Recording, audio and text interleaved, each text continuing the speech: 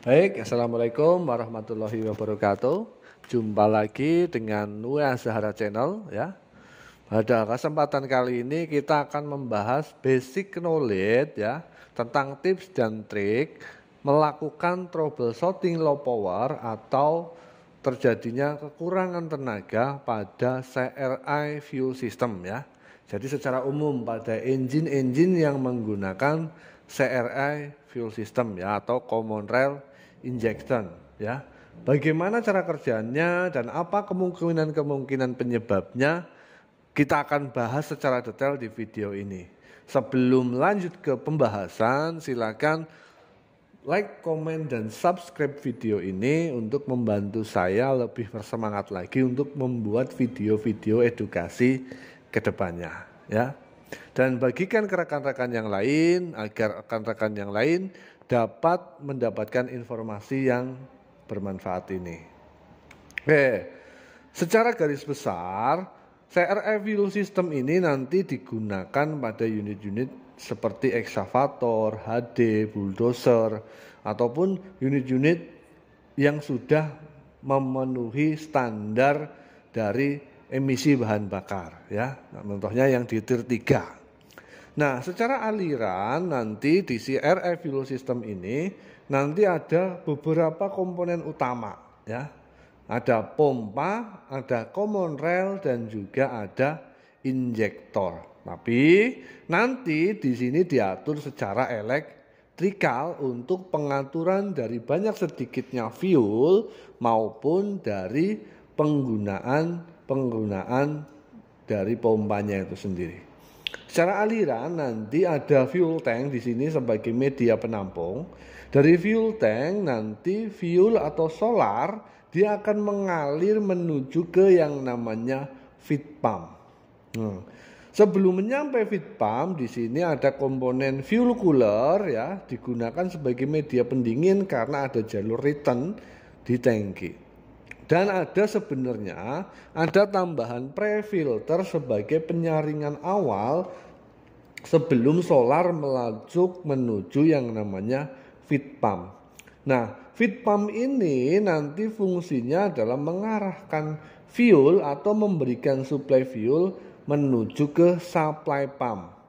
Nah, feed pump ini nanti akan mengikuti putarannya dari engine. Ya. Nah, di sisi feed pump juga nanti dilengkapi dengan komponen yang namanya priming pump atau hand priming.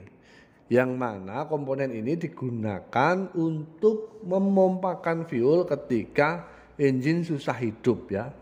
Jadi sebagai pembantuan priming secara manual. Nah, dari feed pump nanti fuel yang dihisap dari tangki tadi diarahkan menuju ke main fuel filter. Namanya adalah main fuel filter, berarti sebagai filter penyaring utama sebelum masuk ke dalam supply pump ya di sini. Bedanya dengan pre-filter yang terpasang di sebelum feed pump adalah dari segi kerapatan mikronnya, yang mana di sisi pre-filter dia adalah sekitar 10 mikron ya atau lebih besar, sedangkan di sini di kisaran di 5 mikron atau lebih kecil lubangnya, sehingga tidak ada kotoran lagi yang masuk menuju ke supply pump. Setelah fuel masuk ke supply pump, di sini sama supply pump akan diarahkan ke dua sisi ya. Satu ke overflow untuk dikembalikan ke tangki atau diarahkan menuju ke common rail sesuai dengan pengaturan PCV valve. Nah, pada saat ini nanti ketika PCV tidak bekerja, maka jalur supply yang dikembalikan ke tangki oleh si overflow diatur besaran jumlah pressernya atau yang kita kenal dengan istilah low pressure circuit pada fuel system. Sedangkan jalur outputnya dari PCV yang menuju ke common rail ini disebut dengan istilah high pressure yang disimpan oleh ke common rail sampai ke sisi injektor.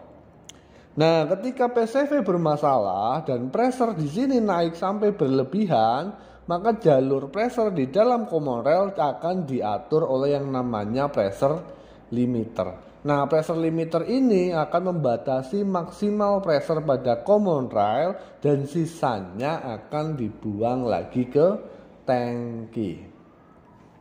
Nah, kemudian dari common rail yang menuju ke injektor, di sini ada tambahan komponen yang dikenal dengan istilah flow damper atau sebagai penstabil arah aliran fuel yang akan di standby-kan di injektor sebelum dilakukan penyemprotan. Ya.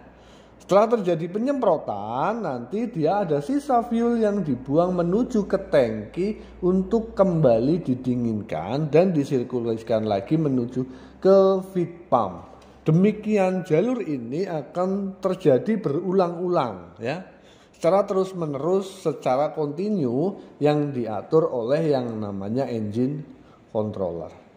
Ya. Sehingga dari segi elektrikal nanti akan seperti ini, ya. Ada engine controller atau yang kita kenal dengan istilah ECU sebagai otak dari pengaturan kerja fuel yang mengalir di sistem fuel pump atau di CRF fuel system. Engine controller ini nanti dapat inputannya adalah yang pertama dari engine load atau beban yang diinginkan oleh si operator, ada dari NE sensor dan juga G sensor. Ditambah lagi akan ada inputan dari common rail pressure sensor.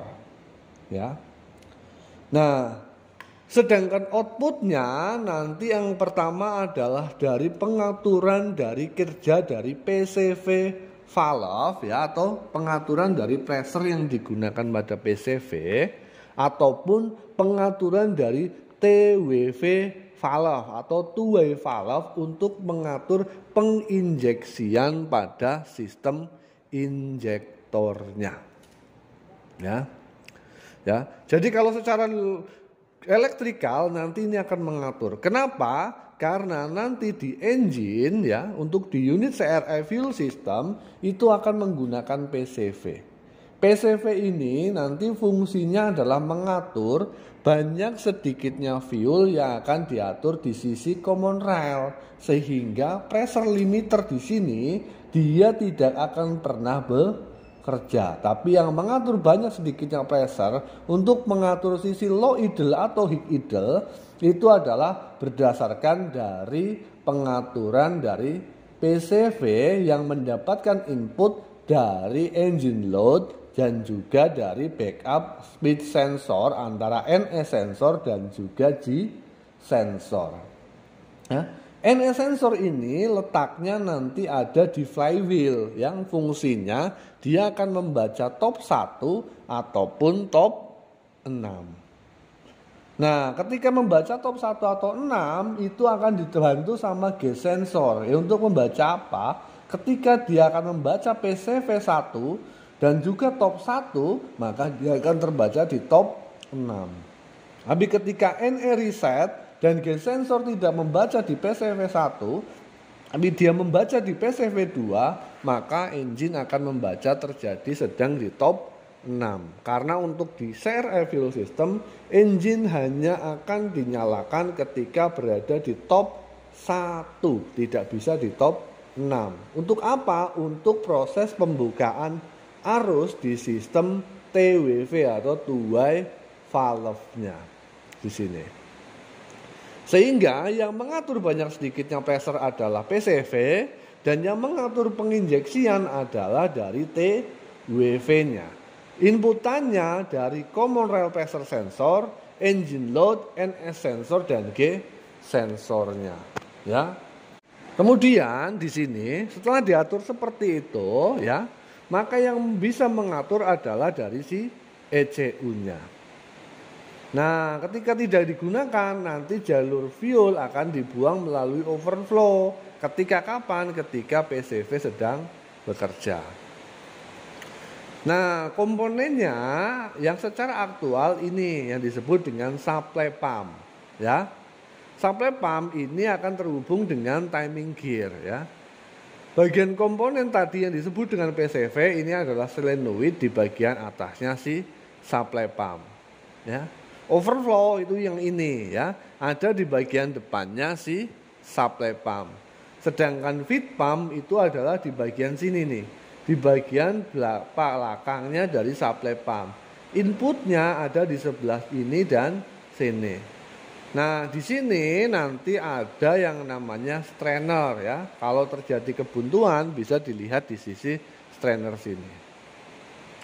Output dari PCV nanti akan ketemu dengan common rail ya. Ini aktual common railnya, bentuknya akan seperti ini ya. Bawah ya. Kalau yang terhubung dengan piping seperti ini yang disebut dengan pressure limiter. Sedangkan yang terhubung dengan kabel atau arus seperti ini disebut dengan common rail pressure sensor. Ya. Sehingga ketika nanti mengalami low power bisa diukur, dicek dari segi inputnya feed pump, outputnya inputnya dari overflow maupun dari segi pembacaan pressure di sisi pressure limiternya, dia bocor atau tidaknya. Nah, sehingga kenapa bisa seperti itu tadi? Karena PCV1, PCV2 tadi kenapa bisa hidup di top 1? Karena nanti di sini ada proses komponen-komponennya ya. Dia akan bacanya dari mana? Dari camshaftnya di sisi PCV1 dan PCV2.